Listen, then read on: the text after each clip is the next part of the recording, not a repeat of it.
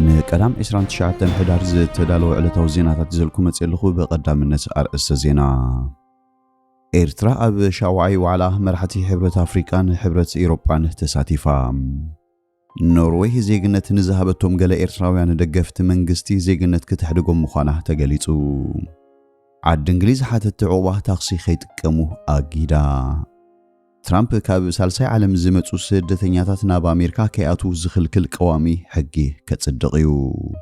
زي خبركم تخاتلتي زن كالان زيناتات زلكم متسيلخو كساب وداتام سايكت صنهن دحتتكو أبزا چانل دماناي وترو تخاتلتن مخان سابسكرايب بمقوار سردانا نختقونو بخبري يعجمكم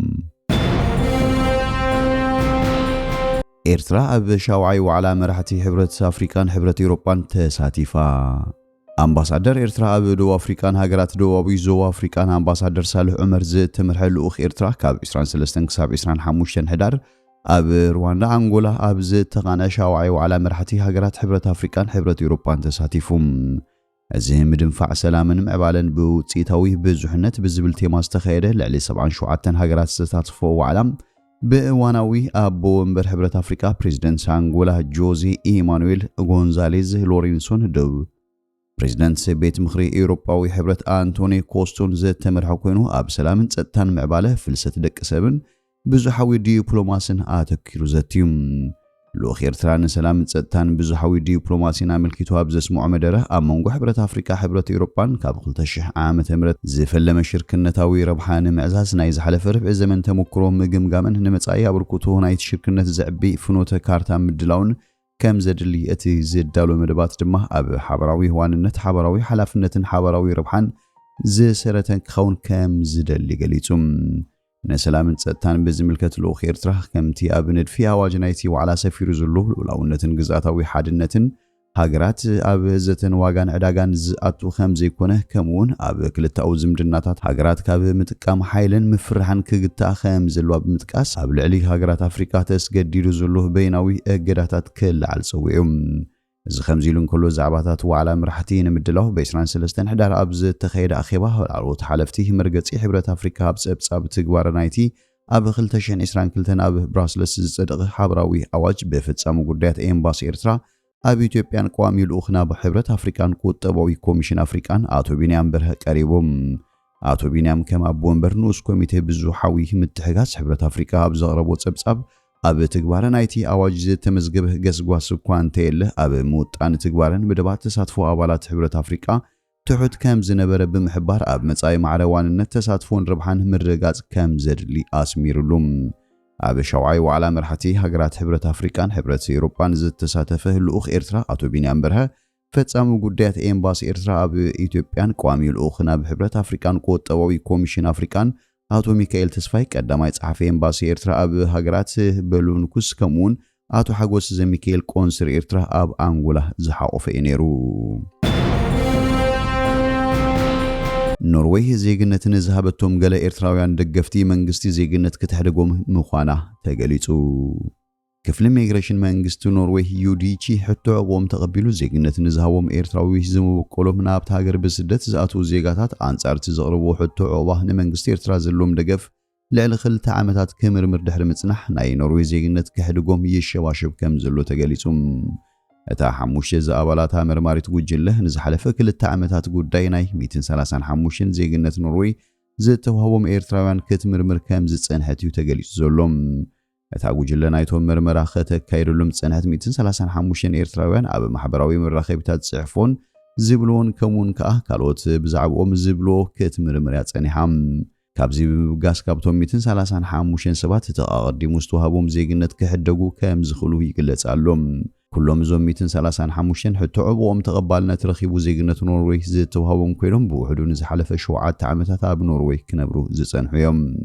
كساب حجينا 17 منبر فقالهم كم زد تحدقون قدايت وسخت 37 كاه يمرمر كم زلو اتيز ترخبه حبريته يرد كان ليزخون سباتيوم زيجنتهم كحدقو زخلوغن بنتصور اي تقمتان بمسارة حقي نوروي حتى عواه زغرب سب حتى تقبلنا ترخيبو زيجنت توهبو أتي نخقبلوه مخنات زخونه جيجه منبارو انت ترغاقيتو منبر فقادون زيجنتون كحدك يخيليوم መንግስቲ ኖርዌይ መንበር ፍቃድ ኤርትራውያን ክሕደግ እዚ ናይ መጀመርቱ ኮይኑ እቲ ምኽንያት ካቶም ሕጂ መንበር ፍቃዶም ዝተሓደጉ ኤርትራውያን ናብ ኖርዌይ ካኣትውን ከለዎ ካብ መንግስቲ ኤርትራ ግፍዒ ማሰርቲ ግህሰት ገደብ ኣልቦ ሃገራዊ ኣገልግሎት ከም ዝበፅሖም እኳ እንተሓበሩ ድሒሮም ግን ነቲ መንግስቲ ዘሎም ደገፍ ከርእዩ ስለ ዝጀመሩ እዮም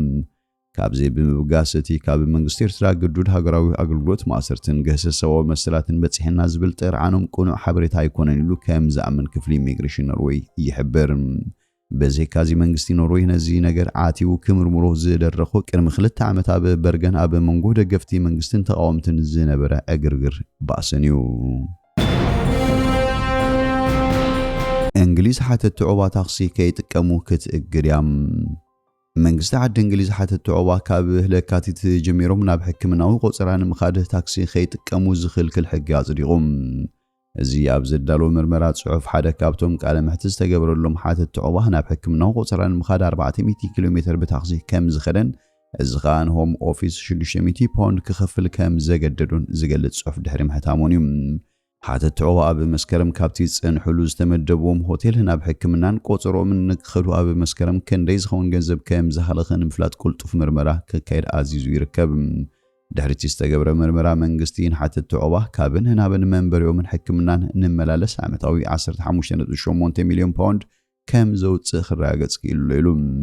ሓተት ዕቁባ ኣብቲ ክጸንሕሉ ዝተመደቦም ሆቴል ኣብ ዝነብሩሉ ናይ ሕክምና ቆፅራ ምስ ዝህልዎም መንግስቲ ዝኸፍሉ ታክሲ ክጥቀሙ ይፍቀዶም እዮም ሓደ ከም ኮንትራክተር ኮይኑ ሓተት ዕቁባ ካብን ናብን ዝጸንሕሉ ሆቴልን ሆስፒታላትን ዘመላልስ በዓል ታክሲ ብዓርቢ ኣብ ዝሃቦ ሓበሬታ ኣብ መዓልቲ ክሳብ 15 ግዜ ካብ መጽንሒ ሓተት ዕቁባ ናብ ሆስፒታል ሰባት ከም ዘመላልስ ገሊጹ ሚኒስተር ውሽጣዊ ጉዳያት ሻባና ማሕሙድ እዚ ከምዚ ዓይነት ኣካይዳ ቀይር ምዃኑ ገሊጻ ንስሓተት ዕቁባ ንቆፅራ ሆስፒታል በዘይ ገደብ ዝጥቀሙሉ ታክሲ ኣብ ኣዝዩ ፍሉይ ኩነታት ጥራይ እንተዘይኮኑ የብቅዓሉ ኢላ ንመጽንሒ ሆቴላት በብሓደ ንምዕጻው ኣብ እንሸባሽብሉ ዘለና እዋን ኣብ ነፍሲ ወከፍ መጽንሒ ሆቴላት ዝህሉ ዘየድሊ ወጻኢታት ካብ ስሩ ንምንሓው ክቕጽል ክትብል ወሲኻ ገሊጻ ሚኒስትራት ኣብ ክንዲ ታክሲ ሓተት ዕቁባ ከም ህዝባዊ መጓዓዝያ ዝኣመሰሉ ኣማራጽታት ክጥቀሙ እዮም ዝደልዩ ሰመዝ ዓዲ እንግሊዝ ሓተት ዕቁባ ኣብ ክንዲ ታክሲ ካልእ ከም ህዝባዊ መጓዓዝያ ዝኣመሰለ ኣማራጽታት ክጥቀሙ እዮም ዝደልዩ ዘለዉ ኣካላዊ ስንክልናን ዘለዎም ሰባት ሕዱር ሕማማትን ምስ ጥንሲ ዝተኣሰሩ ጸገማትን ዘለዎም ገለ ሓለፋታት ክህሉ ምዃኑን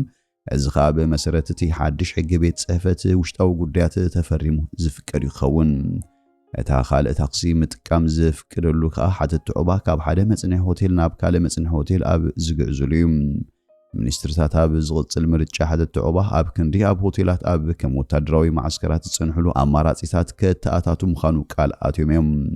ኣብ መጀመርታ ናይ ሰሙን ዝተዘርግሐ ኣሃዛት ከም ዘርእዮ ኣብ ዓዲ እንግሊዝ 36273 ሰባት ገና ኣብ ሆቴል መጽንሒ ሓተት ዕቁባ ከም ዝርከቡ የርኢ እዚ ድማ ምስ ዝሓለፈ ሰነ ክነጻጸርን ከሎ ወሰኽ ኣርዩ ይርከብ መንግስቲ ምስ ስርዓት ሓተት ዕቁባ ኣብ ዝተተሓሓዘውን ናይ ሕጊ ምምሕያሻት ዝገብር ኣፍሊጡሎም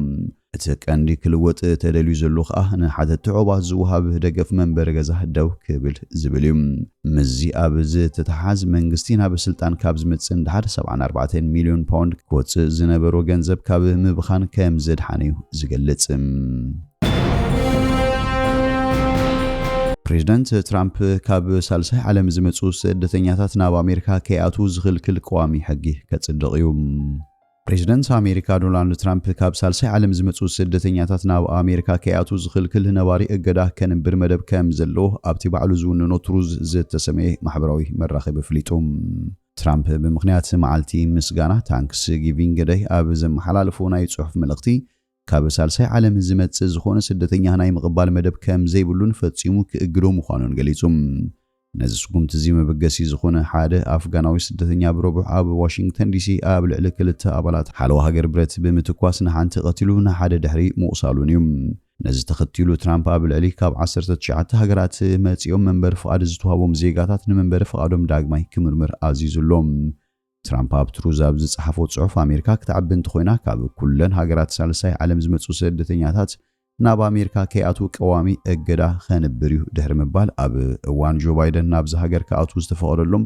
ሚልዮናት ስደተኛታት መንበሪ ፍቃዶም ክስርዙ ብምባል ይፈኪሩ ኣገልግሎት ዜግነት ኢሚግሬሽን ኣሜሪካ ብረቡዕ ኣብ ዝወጾ መግለጺ ምስ ስጋት ሃገራዊ ድሕነት ብምትሓዝ ቅድሚ ሕጂ ኣብ ኣሜሪካ መንበሪ ፍቓድ ዝተዋህቦም ካብ 19 ሃገራት ዝመጹ ዜጋታት ዝነበሮም ፍቓድ መንበርን ዕዮን ከምኡውን ዘቕረብዎ ሕቶታት ዳግማይ ክምርምር ምዃኑ ኣፍሊጡሎም። ምስ ውሳነ ተሓይዙ ፕሬዚደንት ዶናልድ ትራምፕ ካብ ሳልሳይ ዓለም ዝመጹ ስደተኛታት ናብ ኣሜሪካ ከያቱ ዝኽልክል ቋሚ ሕጊ ከጽድቕ ምዃኑ ዝገልጽ ዘሎም ዶናልድ ትራምፕ ዋላ ደኣ ዝርዝራዊ ሓበሬታ ኣይሃብ እምበር እተን ሳልሳይ ዓለም ተባሂለን ዝግለጻ ሃገራት እተን ኣብ ታሕተዋይ ደረጃ ድኽነት ዝርከባ ካብ ቅናት ምድሪ ንደቡብ ዝርከባ ሃገራት ምዃነን እዩ ዝእመን። ካብቲ እገዳ ብተወሳኺ ትራምፕ ንኣሜሪካ ጠቐምቲ ዘይኮኑን ንኣሜሪካ ክፈትዋ ዘይክእሉን እውን ካብ ኣሜሪካ ከም ዝወፁ ክገብር ምዃኑ ፈኪሩሎም። ዜግነት ናይ ኣሜሪካ ዘይብሎም ክንሱ ብመንግስቲ ክዋህቦም ዝጸንሐ ዝተፈላለዩ ድጎማታቱን መንግስቲ ዶ ከብሎ ምዃኑ ትራምፕ ኣፍሊጡሎም። ሰላም ዝሃገር ዘናውጹን ክስታት ዘለዎም ዜጋታት ደቂ ካልእ ሃገር ዜግነቶም ምሕዳግ ስጋት ጸጥታ ዝኾኑን ምስ ምዕራባዊ ምዕባለ ዘይሰማምዑን ዜጋታት ካልእ ሃገራት ካብ ኣሜሪካ ናይ ምስጓግ መደብ ከም ዘለዎን እቲ ፕሬዚደንት ገሊጹ። ትራምፕ ኣብ ትሩዝ ኣብ ዝጸሓፎ ነዊሕ ጽሑፍ መብዛሕትኦም እቶም ኣብ ኣሜሪካ ዝነብሩ ወጻእተኛታት ካብ ቅልውላው ዘለዎን ሃገራት ዝመጹ ካብ ቤት ማእሰርቲ ኮነ ካብ ትካላት መለይ ሕማም ኣእምሮ ዘሎም ዝመጹ ኣጥፋፍእትን ኣዘዋወርቲ ዕፀ ፋርስን እዮም ብምባል ናይቲ ኣብ ኣሜሪካ ዝፍጸም ገበና ተሓተቲ ምዃኖም ኣንፊቱ። ዝኽብርኩም ተኸታተልቲ ሎሚ ዝበልናዮ መሰናዶና ኣብዚ ወዲና ኣለና። ምሳና ብምጽናሕኩም ብልቢ ነመስግን በብዘለኹም ሰላም ትመነና።